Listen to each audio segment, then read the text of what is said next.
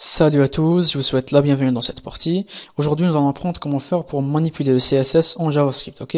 Donc c'est assez facile. Donc ce que je vais faire ici, je vais créer un P avec ID toujours texte. Je ferme mon P, intérieur je vais dire donc je suis du texte. Et on va créer un lien juste pour le styliser, ok? Donc je vais dire donc je suis un lien.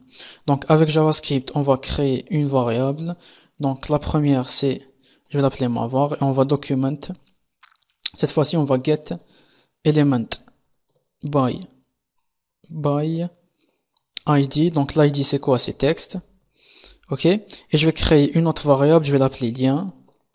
Ok. Et on va document .get elements by tag name. Ok. Donc tag name. Le tag name c'est quoi? C'est A.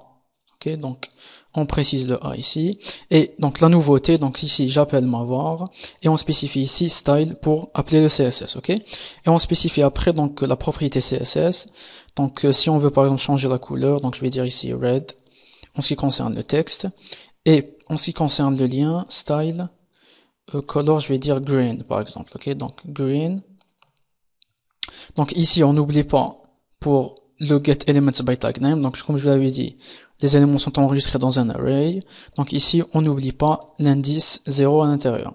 Donc si j'actualise, j'ai effectivement, donc ici, green, ici c'est égal, ok, égal et non deux points, on actualise, et j'ai effectivement ici le rouge et le vert qui apparaissent. Donc si j'ai envie de virer le soulignement de mon lien, donc vous vous souvenez de text decoration none, donc texte décoration, on spécifie ici none. Donc vous allez voir qu'on aura un petit problème. Donc si j'actualise, donc le soulignement reste affiché. On voit même que le JavaScript a planté, ok. Donc en gros, les tirets ne sont pas autorisés, c'est-à-dire on vire le tiret et on remplace la première lettre du deuxième mot par une majuscule, c'est-à-dire le D, on le rend en majuscule.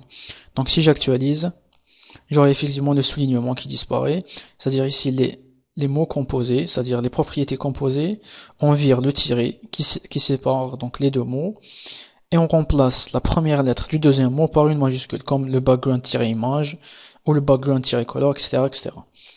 Donc voici comment on fait pour manipuler le CSS en JavaScript. Si vous avez des questions, n'hésitez pas, donc je vous remercie, on se voit dans la prochaine partie.